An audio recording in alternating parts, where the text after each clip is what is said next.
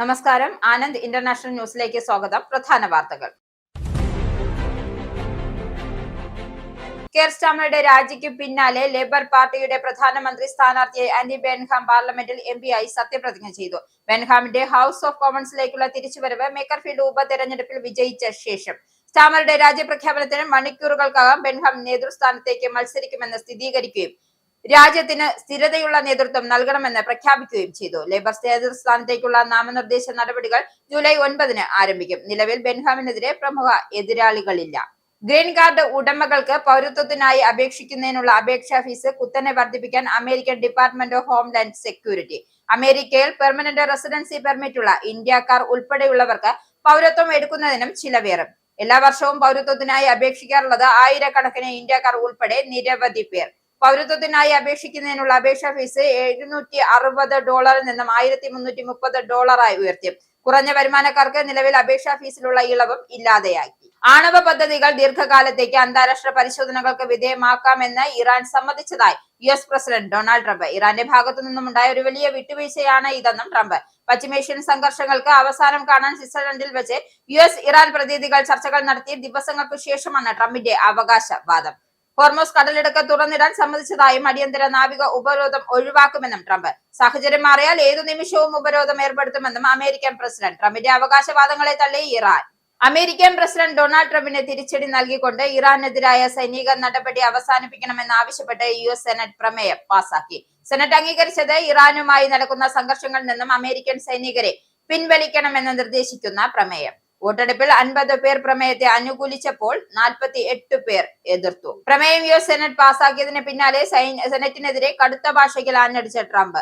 Republican പാർട്ടിയിലെ ഒരു ഭാഗം സെനറ്റർമാർ തന്റെ നയതന്ത്ര ചർച്ചകളെ തകർക്കാൻ ശ്രമിക്കുകയാണെന്നും അമേരിക്കയുടെ ശത്രുക്കൾക്ക് സഹായവും ആശ്വാസവും നൽകാനാണ് അവർ ശ്രമിക്കുന്നതെന്നും ട്രംപ്. ഓപ്പറേഷൻ സിന്ദൂറിൽ റഫാൽ വിമാനങ്ങൾ നഷ്ടമായി എന്നും പാകിസ്ഥാൻ വാദത്തിന് തിരിച്ചടി. 36 റഫാൽ വിമാനങ്ങൾക്കും പിന്തുണാ സേവനം ആവശ്യപ്പെട്ട് IAF ടെൻഡർ പുറത്തിറക്കി. ഇന്ത്യ വാങ്ങിയ 36 റഫാൽ വിമാനങ്ങളും ഇപ്പോഴും സേവനത്തിലുണ്ട് എന്ന് വ്യക്തമാക്കുന്ന രേഖയാണ് പുറത്തെത്തിയത്. ലോകത്തെ ഞെട്ടിച്ച പാകിസ്ഥാൻ ഭീകരതയ്ക്ക് ഇന്ത്യ നൽകിയ ചുട്ട മറുപടിയായിരുന്നു ഓപ്പറേഷൻ സിന്ദൂർ. അയോധ്യ രാമക്ഷേത്രത്തിലെ കാണിക്ക പണക്കൊള്ള അടുത്ത വർഷത്തെ UP നിയമസഭാ തെരഞ്ഞെടുപ്പിന് മുമ്പ് BJPയെ പ്രതിരോധത്തിലാക്കുന്ന രാഷ്ട്രീയ കൊടുങ്കാറ്റായി മാറുന്നു. ക്ഷേത്രത്തിലെ ഭണ്ഡാര പണം നടത്തിപ്പുകാർ അപഹരിച്ചു എന്നതിന്റെ തെളിവുമായി സർക്കാർ നിയോഗിച്ച പ്രത്യേക അന്വേഷണ സംഘം പ്രാഥമിക റിപ്പോർട്ട് കൈമാറി. ഉത്തരവാദിത്വത്തിൽ നിന്നും BJPക്കും സംഘപരിവാറിനും ഒഴിഞ്ഞു മാറാനാവാത്ത അവസ്ഥ. 2020 ക്ഷേത്ര നിർമ്മാണത്തിന് ഭൂമി പൂജ നിർവഹിച്ചതും 2024 പ്രാണപ്രതിഷ്ഠാ ചടങ്ങിൽ മുഖ്യ യജമാനായതും പ്രധാനമന്ത്രി നരേന്ദ്രമോദി. PM ശ്രീ പദ്ധതിയെ ചൊല്ലി നിയമസഭയിൽ ഭരണ പ്രതിപക്ഷ പോര്. P പ്രസാദ് കൊണ്ടുവന്ന അടിയന്തര പ്രമേയ നോട്ടീസ് വിദ്യാഭ്യാസ മന്ത്രി N ഷംസുദ്ദീന്റെ വിശദീകരണത്തിന്റെ അടിസ്ഥാനത്തിൽ തള്ളി. മന്ത്രിസഭാ ഉപസമിതി ഉണ്ടാക്കിയത് കരാർ നടപ്പാക്കാനെന്ന നോട്ടീസ് വസ്തുത വിരുദ്ധമാണ് എന്നും വിദ്യാഭ്യാസ മന്ത്രി N ഷംസുദ്ദീൻ. കരാറിൽ ഒപ്പിടാൻ തയ്യാർ എന്ന് കാണിച്ച് ഇടതു സർക്കാർ 2024 കേന്ദ്രത്തിന് കത്തയച്ചു. ഇരുട്ടിന്റെ മറവിലാണ് ഇടതു സർക്കാർ കരാർ ഒപ്പിട്ടത്. കരാറിൽ നിന്ന് പിന്മാറാൻ അവകാശം കേന്ദ്ര സർക്കാരിന് മാത്രമെന്ന് വിദ്യാഭ്യാസ മന്ത്രി. സംസ്ഥാനത്തെ ലഹരിമരുന്ന് വ്യാപനത്തിൽ നിന്നും മുക്തമാക്കുന്നതിനും മയക്കുമരുന്ന് കടത്ത് ശൃംഖലകളുടെ അടിവേരറുക്കുവാനും കേരളം സർക്കാരിന്റെ ഓപ്പറേഷൻ തൂഫാൻ തരംഗമാകുന്നു. ഓപ്പറേഷൻ തൂഫാൻ കൂടുതൽ ശക്തമാകുന്നതിന്റെ ഭാഗമായി അയൽ സംസ്ഥാനങ്ങളുമായി സംയുക്ത പ്രവർത്തനം ശക്തിപ്പെടുത്താൻ മുഖ്യമന്ത്രി VD സതീശൻ കർണാടക, തമിഴ്നാട്, പുതുച്ചേരി മുഖ്യമന്ത്രിമാർക്ക് കത്തയച്ചു. നിരവധി അന്തർ സംസ്ഥാന അന്തർദേശീയ മയക്കുമരുന്ന് കടത്തുകാരെ അറസ്റ്റ് ചെയ്യാൻ കേരള പോലീസിന് കഴിഞ്ഞിട്ടുണ്ട് എന്ന് മുഖ്യമന്ത്രി. വാർത്തകൾ വിശദമായി. കെയർ സ്റ്റാമറുടെ രാജിക്ക് പിന്നാലെ ലേബർ പാർട്ടിയുടെ പ്രധാനമന്ത്രി സ്ഥാനാർത്ഥിയായ ആന്റി ബെൻഹാം തിങ്കളാഴ്ച പാർലമെന്റിൽ എംപിയായി സത്യപ്രതിജ്ഞ ചെയ്തു. മേക്കർഫീൽഡ് ഉപതെരഞ്ഞെടുപ്പിൽ വിജയിച്ച ശേഷമാണ് അദ്ദേഹം ഹൌസ് ഓഫ് കോമൺസിലേക്ക് തിരിച്ചെത്തിയത്. സ്റ്റാമറുടെ രാജ്യപ്രഖ്യാപനത്തിന് മണിക്കൂറുകൾക്കകം തന്നെ ബെൻഹാം നേതൃസ്ഥാനത്തേക്ക് മത്സരിക്കുമെന്ന് സ്ഥിരീകരിക്കുകയും രാജ്യത്തിന് സ്ഥിരതയുള്ള നേതൃത്വം നൽകുമെന്ന് പ്രഖ്യാപിക്കുകയും ചെയ്തു. ലേബർ നേതൃസ്ഥാനത്തേക്കുള്ള നാമനിർദ്ദേശ നടപടികൾ ജൂലൈ 9 ആരംഭിക്കും. നിലവിൽ ബെൻഹാമിനെതിരെ പ്രമുഖ എതിരാളികൾ രംഗത്തില്ല. മുൻ ആരോഗ്യമന്ത്രി വെസ്റ്റിറ്റ് മത്സരിക്കില്ല എന്ന് പ്രഖ്യാപിച്ച ബെൻഹാമിന് പിന്തുണ നൽകുകയും ചെയ്തു. ഇതോടെ മത്സരമില്ലാതെ തന്നെ ജൂലൈ മധ്യത്തോടെ ബെൻഹാം പ്രധാനമന്ത്രിയായി ചുമതലയേൽക്കാനുള്ള സാധ്യത ശക്തമായിട്ടുണ്ട്. ജീവിത ചെലവ്, സാമ്പത്തിക വളർച്ച, പൊതുസേവനങ്ങളുടെ മെച്ചപ്പെടുത്തൽ എന്നിവയ്ക്കായിരുന്നു മുൻഗണന എന്നും ബെൻഹാം വ്യക്തമാക്കി. അതേസമയം പുതിയ പ്രധാനമന്ത്രി അധികാരമേൽക്കുന്നതിന് മുമ്പ് പൊതു തിരഞ്ഞെടുപ്പ് നടത്തുമോ എന്ന ചോദ്യത്തിന് ബെൻഹാം വ്യക്തമായ മറുപടി നൽകിയില്ല. ഇനിയും നിരവധി ഘട്ടങ്ങൾ ബാക്കിയുണ്ട് എന്നായിരുന്നു അദ്ദേഹത്തിന്റെ പ്രതികരണം. സ്റ്റാമറുടെ നേതൃത്വത്തെ രാജ്യത്തിനു വേണ്ടിയുള്ള സേവനത്തെയും അദ്ദേഹം പ്രശംസിക്കുകയും നേതൃമാറ്റം ക്രമബദ്ധമായി പൂർത്തിയാക്കണമെന്ന് ഉറപ്പാക്കുകയും ചെയ്തു.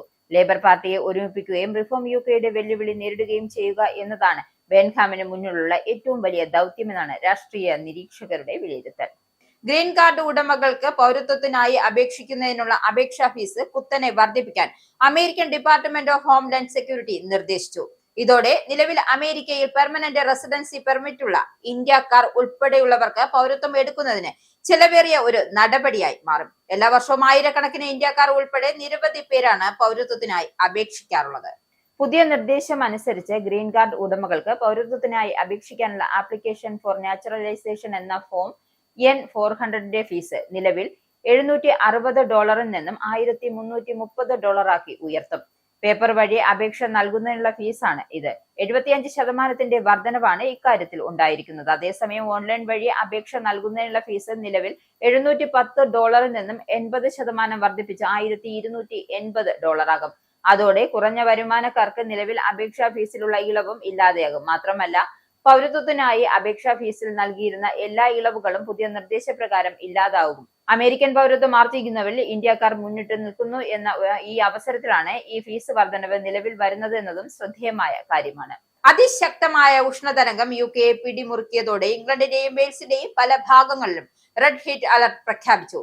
തെക്കൻ ഇംഗ്ലണ്ടിലെ താപനില 37 മുതൽ 39 ഡിഗ്രി സെൽഷ്യസ് വരെ ഉയരാൻ സാധ്യതയുണ്ട് എന്ന് കാലാവസ്ഥാ വകുപ്പ് മുന്നറിയിപ്പ് നൽകി. വിദ്യാർത്ഥികൾക്ക് യൂണിഫോമിന് പകരം ലഘു വസ്ത്രങ്ങൾ ധരിക്കാനും ആവശ്യമായ വെള്ളം കൈവശം വെക്കാനും നിർദ്ദേശം നൽകിയിട്ടുണ്ട്. ചൂട് മൂലമുള്ള ആരോഗ്യ പ്രശ്നങ്ങൾക്കും ജീവഹാനി വരെ സംഭവിക്കാവുന്ന സാഹചര്യമുള്ള സാധ്യത ചൂണ്ടിക്കാട്ടി UK ഹെൽത്ത് സെക്യൂരിറ്റി ഏജൻസിയും റെഡ് അലർട്ട് പുറപ്പെടുവിച്ചു. പ്രായമായവർ, കുട്ടികൾ, രോഗികൾ എന്നിവർക്കൊപ്പം ആരോഗ്യമുള്ളവർക്കും കടുത്ത ചൂട് അപകടകരമാണ് എന്ന് വിദഗ്ധർ മുന്നറിയിപ്പ് നൽകി. റെയിൽ സർവീസുകൾക്ക് വേഗപരിധി ഏർപ്പെടുത്തിയതിനോടൊപ്പം നിരവധി ട്രെയിൻ സർവീസുകൾ റദ്ദാക്കുകയും അനാവശ്യ യാത്രകൾ ഒഴിവാക്കാൻ അധികൃതർ നിർദ്ദേശം നൽകുകയും ചെയ്തു. ചില പ്രദേശങ്ങളിൽ രാത്രിയിലും താപനില 20 ഡിഗ്രിക്ക് മുകളിലായിരിക്കുമെന്നും കാലാവസ്ഥാ നിരീക്ഷകർ അറിയിച്ചു. വാഹന തകരാറുകൾ, വൈദ്യുതി വിതരണ തടസ്സങ്ങൾ, ജലവിതരണ പ്രശ്നങ്ങൾ എന്നിവയും വർദ്ധിക്കുമെന്ന ആശങ്കയും ഉയർന്നിട്ടുണ്ട്.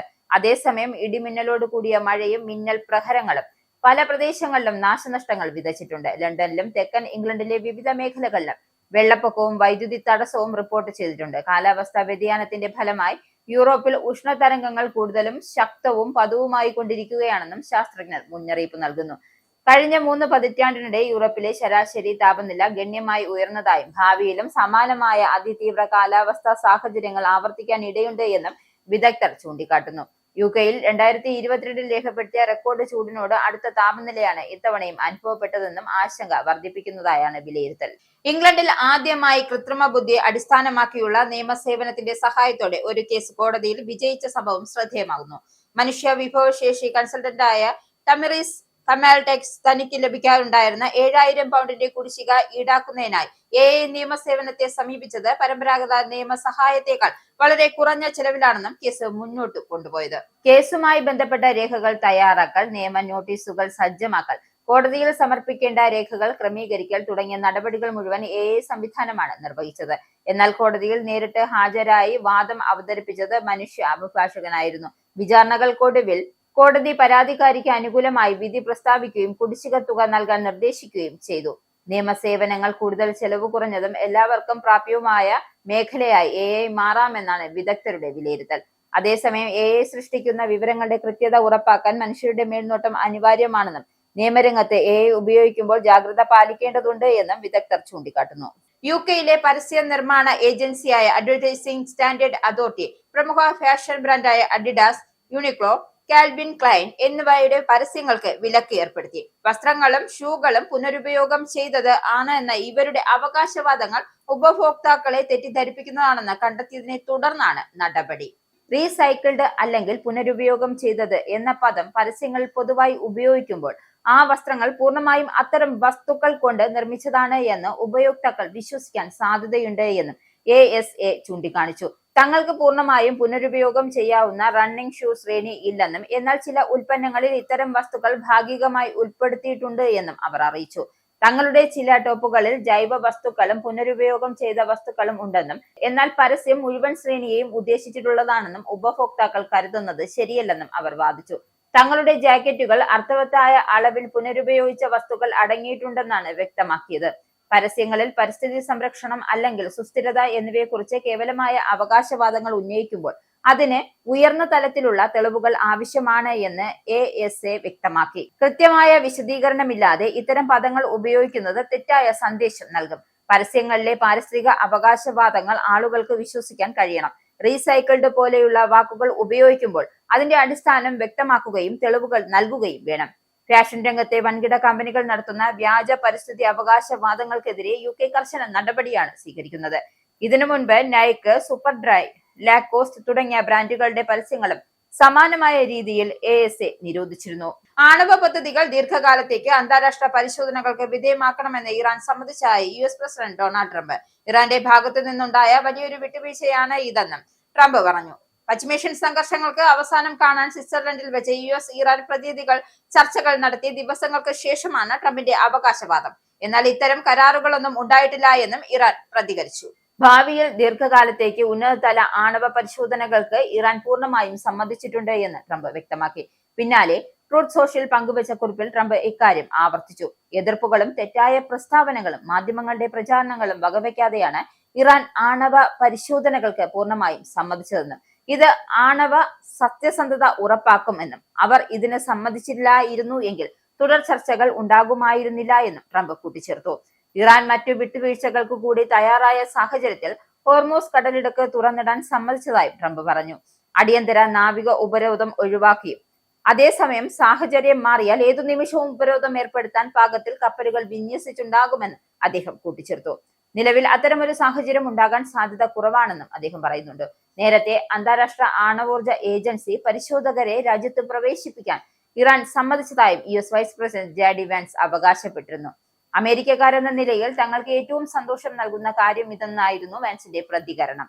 എന്നാൽ വാൻസിന്റെ അവകാശവാദം തള്ളിക്കളഞ്ഞ ഇറാൻ ഐക്യരാഷ്ട്രസഭയുടെ ആണവ നിരീക്ഷകരുമായുള്ള സഹകരണം നിലവിലെ രീതികൾ അനുസരിച്ച് തുടരുമെന്നും വ്യക്തമാക്കി. ഇറാനെതിരായ അമേരിക്കൻ സൈനിക നടപടി അവസാനിപ്പിക്കണമെന്ന് ആവശ്യപ്പെട്ടുകൊണ്ട് US സെനറ്റ് പ്രമേയം പാസാക്കി. പ്രസിഡന്റ് ഡൊണാൾഡ് ട്രംപിന്റെ നിലപാടിന് വലിയ തിരിച്ചടിയായാണ് ഈ നീക്കത്തെ വിലയിരുത്തുന്നത്. ഇറാനുമായി നടക്കുന്ന സംഘർഷങ്ങളിൽ നിന്നും അമേരിക്കൻ സൈനികരെ പിൻവലിക്കണമെന്ന് നിർദ്ദേശിക്കുന്ന പ്രമേയമാണ് ചൊവ്വാഴ്ച സെനറ്റ് അംഗീകരിച്ചത്. വോട്ടെടുപ്പിൽ 50 പേർ പ്രമേയത്തെ അനുകൂലിച്ചപ്പോൾ 48 പേർ എതിർത്തു.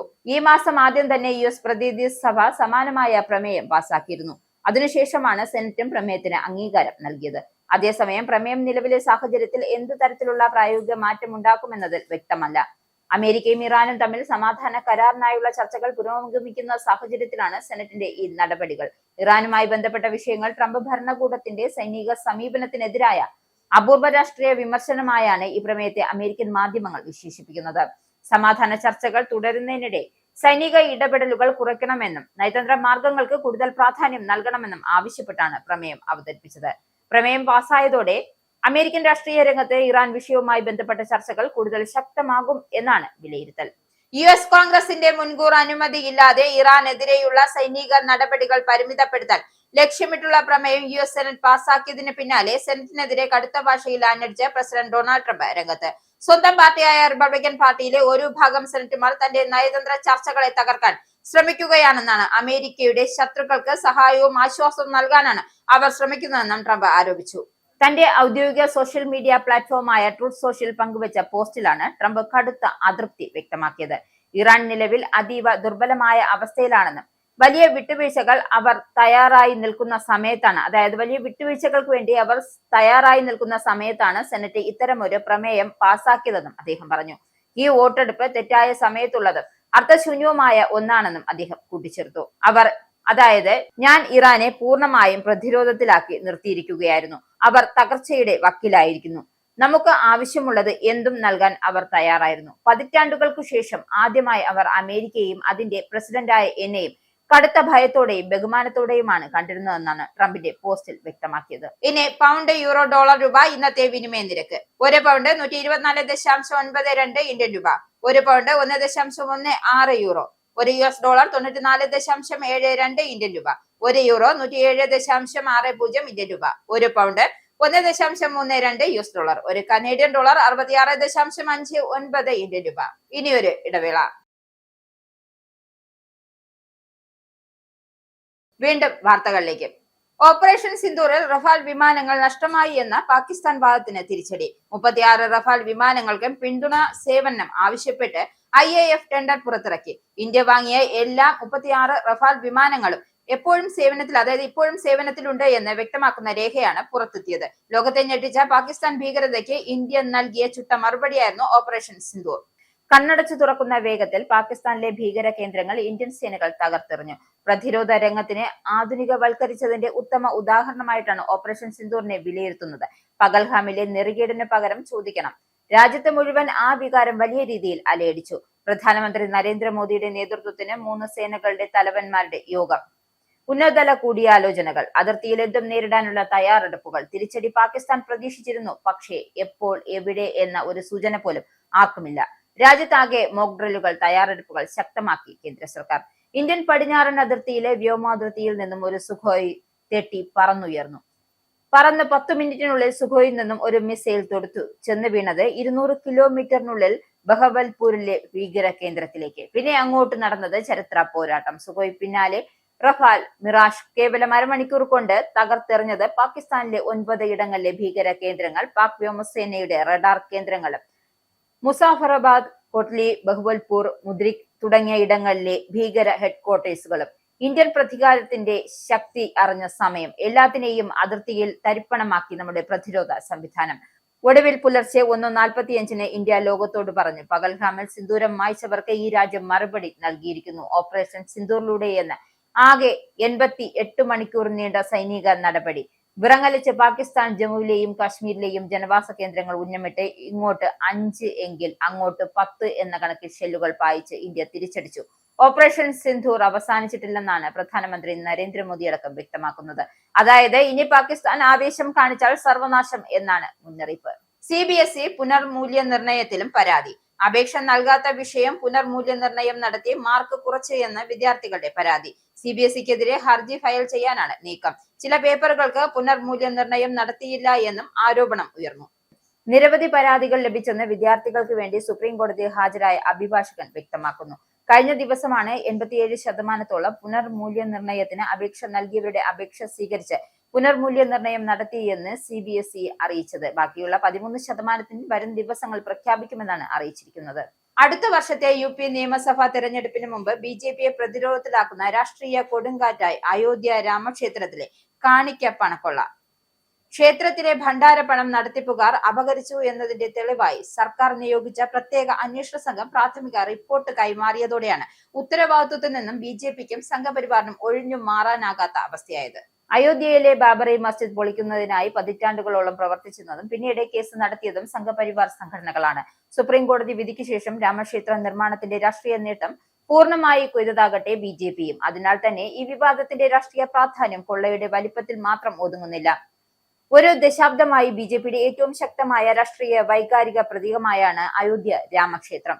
2020 ക്ഷേത്ര നിർമ്മാണത്തിന് ഭൂമി പൂജ നിർവഹിച്ചതും 2024 പ്രാണപ്രതിഷ്ഠാ ചടങ്ങിൽ മുഖ്യ യജമാനായതും പ്രധാനമന്ത്രി നരേന്ദ്രമോദിയാണ്. അതുകൊണ്ട് തന്നെ ക്ഷേത്രവുമായി ബന്ധപ്പെട്ട ഏതു വിവാദവും അവിടെയുള്ള ജീവനക്കാരുടെ അഴിമതി വിഷയം മാത്രമല്ല, മറിച്ച് BJPയുടെ രാഷ്ട്രീയ വിശ്വാസ്യതയും ഭരണ പ്രതിച്ഛായയും നേരിട്ട് ബാധിക്കുന്ന ഒന്നുകൂടിയാണ്.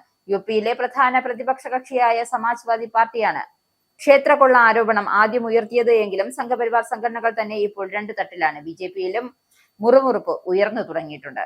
PM ശ്രീ പദ്ധതിയെ ചൊല്ലി നിയമസഭയിൽ ഭരണ പ്രതിപക്ഷ പോര്. P പ്രസാദ് കൊണ്ടുവന്ന അടിയന്തര പ്രമേയ നോട്ടീസ് വിദ്യാഭ്യാസ മന്ത്രി N ഷംസുവിന്റെ വിശദീകരണത്തിന്റെ അടിസ്ഥാനത്തിൽ തള്ളി. മന്ത്രിസഭ ഉപസമിതി ഉണ്ടാക്കിയത് കരാർ നടപ്പാക്കാനെന്ന നോട്ടീസ് വസ്തുത വിരുദ്ധമാണ് എന്നും വിദ്യാഭ്യാസ മന്ത്രി N ഷംസീൻ വ്യക്തമാക്കി. കരാറിൽ ഒപ്പിടാൻ തയ്യാറെന്ന് കാണിച്ച് ഇടത് സർക്കാർ 2024 കേന്ദ്രത്തിന് കത്തയച്ചു. ഇരുട്ടിന്റെ മറവിൽ ഒപ്പിട്ട കരാറിൽ നിന്നും പിന്മാറാൻ അവകാശം കേന്ദ്ര സർക്കാരിന് മാത്രമാണ് എന്നും വിദ്യാഭ്യാസ മന്ത്രി കൂട്ടിച്ചേർത്തു.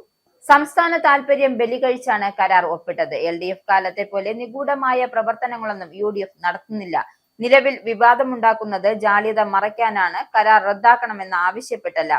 LDF കത്ത് നൽകിയത് നീട്ടിവെക്കണമെന്ന് മാത്രമാണ് അറിയിച്ചത്. കേരളത്തിന്റെ എല്ലാ അവകാശവും ബലികഴിച്ചാണ് കരാർ UDF വെച്ച് എന്ന് ഉപസമിതി തീരുമാനം വരും മുമ്പ് ഊഹത്തിന്റെ പേരിലാണ് നോട്ടീസ്. അന്തിമ തീരുമാനം എടുത്തിട്ടില്ല എന്നും മെയ് 8-ന് കാവൽ സർക്കാരിന്റെ കാലത്ത് കേന്ദ്രത്തിന്റെ കത്ത് വന്നു. സംഘപരിവാർ അജണ്ടയ്ക്ക് കീഴ്പ്പെടാത്ത നടപടികളെ ഉണ്ടാകൂ എന്നും വിദ്യാഭ്യാസ മന്ത്രി അറിയിച്ചു.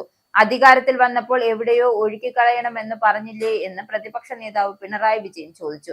എന്തേ ഒഴുക്കാൻ തയ്യാറാകാത്തത്? അധികാരത്തിൽ വന്ന ഒരു മാസത്തിനകം അതുവരെ ഉണ്ടായിരുന്ന നിലപാടെല്ലാം മാറി കരാർ ഒപ്പിട്ട് 8 മാസമായി ഇതേവരെ ആ പദ്ധതി നടപ്പായിട്ടില്ല എന്നും ഇത് കേന്ദ്ര സർക്കാരുമായി സമ്മതിക്കുന്നുണ്ട് എന്നും LDF സർക്കാർ കരാർ ഉറപ്പിച്ചു. സംസ്ഥാനത്തെ ലഹരി മരുന്ന് വ്യാപനത്തിൽ നിന്നും മുക്തമാക്കണമെന്നും മയക്കുമരുന്ന് കടത്ത് ശൃംഖലകളുടെ അടിവേരറക്കുവാനും കേരള സർക്കാർ നടപ്പാക്കുന്ന ഓപ്പറേഷൻ തൂഫാൻ കൂടുതൽ ശക്തമാകുന്നതിന്റെ ഭാഗമായി അയൽ സംസ്ഥാനങ്ങളുമായി സംയുക്ത പ്രവർത്തനം ശക്തിപ്പെടുത്താൻ മുഖ്യമന്ത്രി VD സതീശൻ കർണാടക, തമിഴ്നാട്, പുതുച്ചേരി മുഖ്യമന്ത്രിമാർക്ക് കത്തയച്ചു. ഓപ്പറേഷൻ തൂഫാന്റെ ഭാഗമായി ഇന്റലിജൻസ് അധിഷ്ഠിതമായ നിയമ നടപടികൾ ശക്തിപ്പെടുത്തുകയും മയക്കുമരുന്ന് കടത്തുകാരുടെ സാമ്പത്തിക ശൃംഖലകൾ തകർക്കുകയും അനധികൃത സമ്പാദ്യങ്ങൾ കണ്ടുകെട്ടുകയും ചെയ്യുന്നതായി മുഖ്യമന്ത്രി കത്തിൽ ചൂണ്ടിക്കാട്ടി. മയക്കുമരുന്ന് കടത്ത് ശൃംഖലകൾ വിവിധ സംസ്ഥാനങ്ങളിലായി വ്യാപിച്ചു പ്രവർത്തിക്കുന്ന സാഹചര്യത്തിൽ അവയെ ഫലപ്രദമായി നേരിടുന്നതിനും അയൽ സംസ്ഥാനങ്ങളും കേന്ദ്രഭരണ പ്രദേശങ്ങളും തമ്മിലുള്ള ഏകോപിത പ്രവർത്തനം അനിവാര്യമാണ്. കേരളവും കർണാടകയും തമിഴ്നാടും പുതുച്ചേരിയും തമ്മിലുള്ള അതിർത്തി മേഖലകൾ, പ്രധാന റോഡ് ഇടനാഴികൾ, വിനോദസഞ്ചാര കേന്ദ്രങ്ങൾ, വിദ്യാർത്ഥി ശൃംഖലകൾ, നഗര വിതരണ കേന്ദ്രങ്ങൾ എന്നിവ മയക്കുമരുന്ന് മാഫിയകൾ ദുരുപയോഗം ചെയ്യാൻ സാധ്യതയുള്ള മേഖലകൾ കൂടിയാണ്. നിരവധി അന്തർ സംസ്ഥാന, അന്തർദേശീയ മയക്കുമരുന്ന് കടത്തുകാരെ അറസ്റ്റ് ചെയ്യാൻ കേരള പോലീസിന് കഴിഞ്ഞിട്ടുണ്ട് എന്നും മുഖ്യമന്ത്രി അറിയിച്ചു.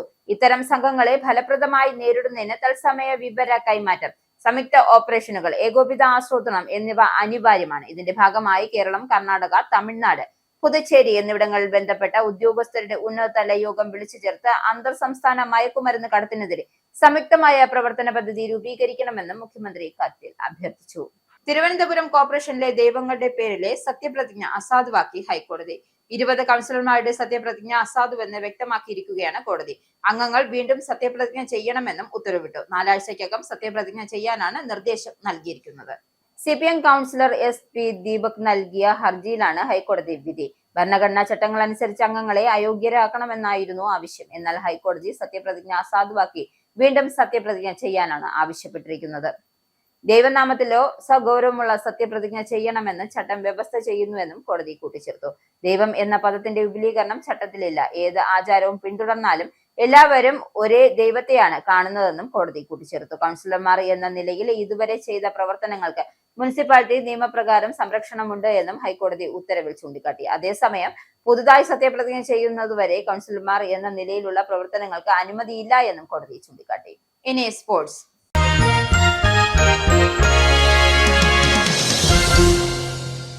ഫിഫ ലോകകപ്പിലെ ഗ്രൂപ്പ് കെ പോരാട്ടത്തിൽ DR കോങ്കോയെ എതിരില്ലാത്ത ഒരു ഗോളിന് തകർത്ത് കൊളംബിയ റൗണ്ട് ഓഫ് 32 യോഗ്യത ഉറപ്പാക്കി.